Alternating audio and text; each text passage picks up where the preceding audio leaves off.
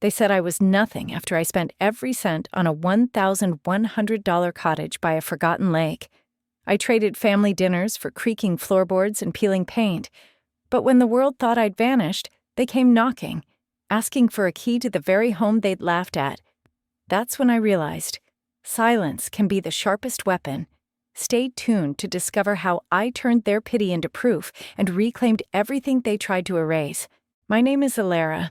I was 25 when I learned that love in my family came with terms, unspoken but carved into every glance, every ask, every silence.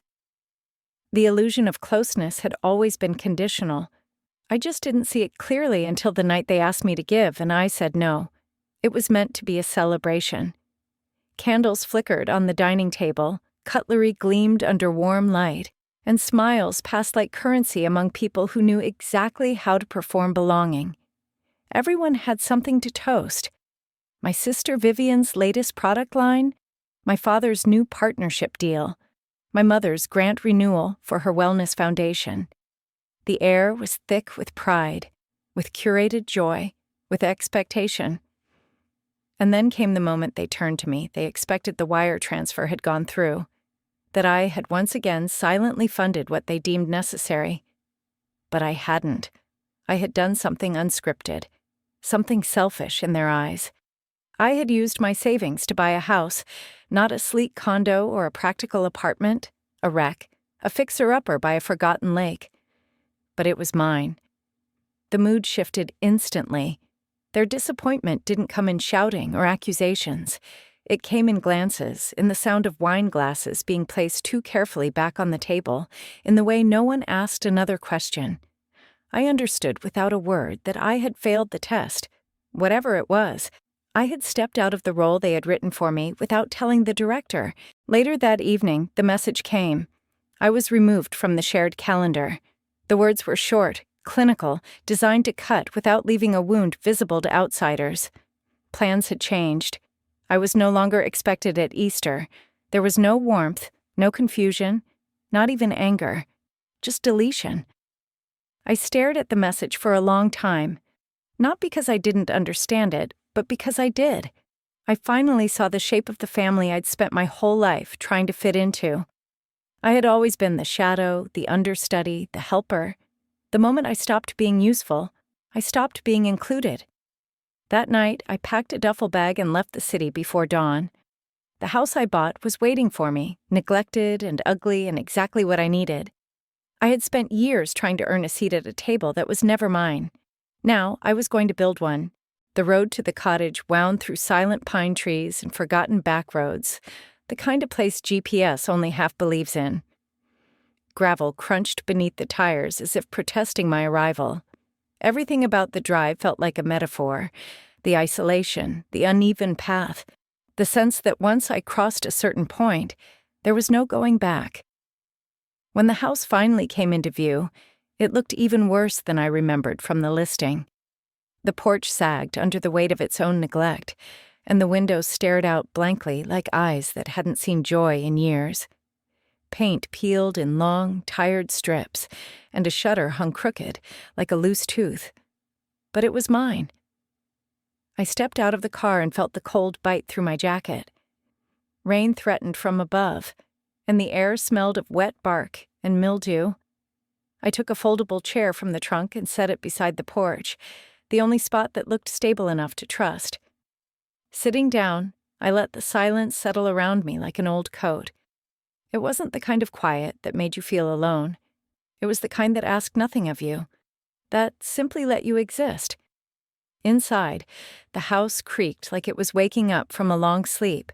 There was no heat, no electricity yet, and the floor sagged in the corners. But I moved through it room by room, not cataloging flaws, but claiming space. Each cracked tile and loose board was a small rebellion. This place wasn't perfect, but neither was I. And finally, I didn't have to apologize for that. I unpacked a single curtain, a faded blue floral one I'd saved from college. Hanging it was an act of quiet defiance. It fell twice before it held. Still, I stood back and admired it as if it were silk. That night, curled on a blanket on the floor, I sifted through an old box of birthday cards. Most were generic, signed with the same "Love you girls" in my mother's cursive. But one stood out, the one that praised only Vivian.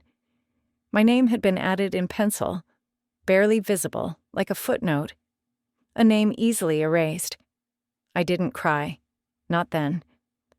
I just folded the card in half, slipped it back into the box, and stared at the ceiling. I had left the table. And this broken, empty house, was the first place I'd ever been that didn't ask me to shrink. I hadn't expected Vivian to show up, not after the silence she and the rest of my family had wrapped around me like a shroud the moment I stepped out of line. But 3 weeks after I moved into the cottage, she appeared, unannounced and unnervingly calm, on my porch just after dawn, when the lake still wore its mist like a veil. She stood there like someone arriving for a spa appointment, not a reconciliation. Her coat was cream-colored silk, cinched perfectly at the waist. Her heels sank into the damp gravel, but she didn't seem to notice. Large sunglasses shielded her face, but I could still sense the performance in her posture, the calculated tilt of her chin, the way she didn't wait for an invitation before stepping inside. Her presence filled the space in a way that made it smaller. The cottage, fragile and still in recovery, seemed to shrink around her. Without asking, she began rearranging my kitchen. She set up a ring light in front of the window, casting a harsh white glow over the chipped counter and mismatched cabinets. The items I used daily, a chipped mug, an old kettle, the dented bread tin, were pushed aside and replaced with neatly staged props: cartons of oat milk, a clean jar of granola, a lit candle that smelled too expensive for the room it occupied. And then she began to speak. Softly, sweetly, into her phone, her voice laced with faux affection, a practiced tenderness meant for an audience, not for me. She described my life, this life, as a healing journey, a rustic adventure into self-discovery. Her followers, I imagined, were eating it up. They didn't know this was the first place I'd ever lived where I wasn't required to apologize for existing. I stood at the edge of the room, silent. Not frozen. Just watching her. Turn my worn-out reality into a narrative she could monetize, a backdrop for her compassion cosplay. She wasn't here for me. She was here for her brand. The live stream didn't last long, but the consequences echoed louder than her curated tone ever could. The next morning, I saw my own face, half-shadowed, weary, on a fundraiser banner online. "Help my sister rebuild," it read. Organizer, Vivienne Langston, over $17,000 raised. The campaign page painted a picture of resilience, of a once stable sister fallen on hard times, of a benevolent sibling stepping in to rally support. Except it wasn't true. None of it had been with my knowledge. None of it with my consent. The comments were glowing. "You're such an amazing sister." "I donated $50. She's lucky to have you." "I hope she finds herself again." No one asked whether I wanted to be found. I didn't feel betrayed. I felt invaded. My life, twisted and cropped, turned into a pity performance for strangers. She had taken my silence and painted it as fragility, my choice to leave as collapse, my independence as dysfunction. I didn't scream. I documented. Screenshots, timestamps, recordings of the live stream. Every penny she collected traced to her business account under the guise of goodwill. Not to punish her, but to protect myself. To prepare. Then came the message. A man named Theo, paralegal, Colorado bar, certified. He had stumbled on the campaign and saw the same red flags I did. He asked one question. "You didn't authorize this, did you?" I typed one word. "No," and something shifted inside me. It wasn't anger, not really. It was steadiness, a grounding I hadn't felt in weeks. I silenced my phone, opened my laptop, and began the quiet work of gathering truth. Not for revenge, not for spectacle, but to dismantle, piece by piece, the stage she had built with my suffering as the set. 2 days after the fundraiser went live, I stopped waiting to feel guilty. It never came. Instead, I felt a quiet steadiness begin to root inside me, like something that had been holding its breath for years had finally exhaled. Theo and I never spoke on the phone. We kept it simple. Texts, documents, scanned forms. He didn't ask me how I felt. He asked for screenshots, dates, bank transfers. He never made me feel like a victim. He treated me like someone reclaiming control, and that mattered more than I realized. With his help, I built a paper trail, quietly, methodically. Screenshots of the live stream, logs of the donations, statements, proof. Each file a small piece of my story, finally being written by me. And when the cease and desist was ready, I printed it on thick, crisp paper. I folded it 3 times and slid it into a manila envelope. No dramatics, just clarity. Vivienne had been teasing her next live event, a massive Q&A and product reveal. A healing space, she said. A moment of truth. I knew exactly when to send the envelope. On the day of the event, I didn't feel nervous. I sat at my tiny kitchen table, drinking lukewarm coffee and listening to the old fridge hum in the background. I didn't wear makeup. I didn't pace. I just waited for the delivery confirmation. At 6:03 p.m., the message came. Delivered. I opened her live stream on my phone. There she was, perfectly styled in beige tones, soft lighting, wrapping her like a curated hug. Her voice, as smooth as ever, floated through the screen. Healing starts with honesty, she said, with family, with compassion. Right on cue, someone stepped into the frame and handed her the envelope. She blinked. Just once. Her smile faltered. Not enough for most to notice, but I saw it. She held the envelope like it might burn her. Said something about a small interruption. Tried to keep going, but the chat had already noticed. What was that? Why does she look so nervous? Is this part of the show? And then, black screen. No goodbye. No wrap-up.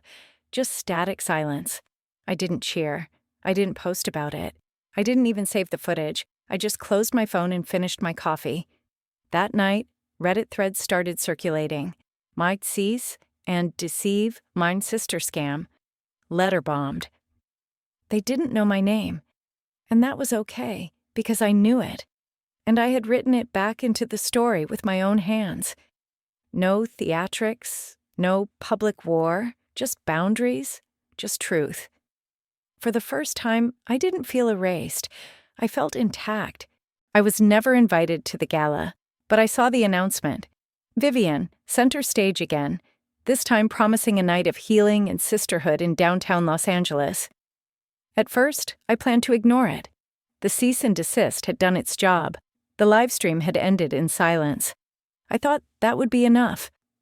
But the night before the event, brushing my teeth under flickering bathroom light, I caught my reflection. For the first time in years, I looked myself in the eye and didn't look away. That was reason enough. I arrived at the gala in a simple navy dress. No makeup, no theatrics. Just me, just truth. Inside, the ballroom shimmered with curated elegance. Pastel banners, crystal glasses, smiles stretched across faces trained for cameras. I took a seat near the back, behind a pillar where no spotlight would ever reach. I didn't come to interrupt. I came to witness. Vivienne floated from table to table in champagne silk, laughter trailing behind her like perfume. If she noticed me, she didn't show it. The lights dimmed. A slideshow began, full of staged images. Donations, community hugs, faux humility. Then, something changed. A slide flickered on screen, white background, black text, a message thread. Let her rot in that dump. She's good for sympathy points. Keep the cameras low, show the cracks. Gasps scattered across the room like broken glass. Vivienne froze. And then the most unexpected thing happened. Aunt Melrose, listed on the program as a guest speaker, walked up to the stage. But she didn't praise Vivienne. She told the truth, that some families don't scream their cruelty, they edit it. that silence can be a scalpel, that sometimes erasure looks like smiles. Then she stepped down, walked past the glittering tables, and hugged me. Full, steady, like she meant it. Vivian fled seconds later. No farewell, no facade. Just retreat. I didn't move. I didn't speak. I didn't need to, because that night I didn't reclaim revenge. I reclaimed presence, not through spectacle, but through stillness. I wasn't erased anymore. I existed, fully, quietly. And that was everything. Morning light poured through the cottage windows, no longer shy, no longer filtered through cracked panes and dust. The house, though still imperfect, had transformed, not with money or magic, but with presence, with care, with me. It had been a month since the gala, since Vivian's image slipped, mid-spotlight, and shattered. I never followed the headlines. I didn't read the Reddit threads or watch the replays. I didn't need to. I wasn't interested in punishment. I was building something. The porch had been sanded and painted. The windows recaulked. The floors, once groaning under the weight of neglect, now creaked like they were settling in. I planted basil in a rusted tin and smiled when the wind carried the scent through the kitchen. The house no longer whispered survival. It spoke of peace. On a Saturday morning, I hosted lemonade for the neighborhood cleanup. Chalk drawings covered the walkway. Kids laughed as they scribbled suns and spirals across my steps. A stranger asked if I was the homeowner. I nodded without flinching. That was new. My phone buzzed mid-afternoon. I nearly ignored it, but the name on the screen froze me. Vivienne. Things have been rough. Can we crash with you a bit? Just until we figure things out. No apology, no explanation, just the assumption that I was still that person, the one who absorbs, forgives, makes room, even when there's none left. I didn't respond immediately. Instead, I walked back inside and looked around. The wildflowers in a glass jar. The mug Aunt Melrose gifted me. The quiet. This was mine. I picked up the phone and typed only what needed to be said. There's no space for lies here anymore. And sent it. Outside, laughter rose again. Someone had spilled water and turned the sunlight into glitter. I stepped onto the porch, barefoot, and let the moment wrap around me. This house, this once crumbling, unwanted place, was never my escape plan. It was my beginning. I stopped knocking on locked doors the day I realized I could build one of my own, and behind it, finally, was a life that belonged only to me.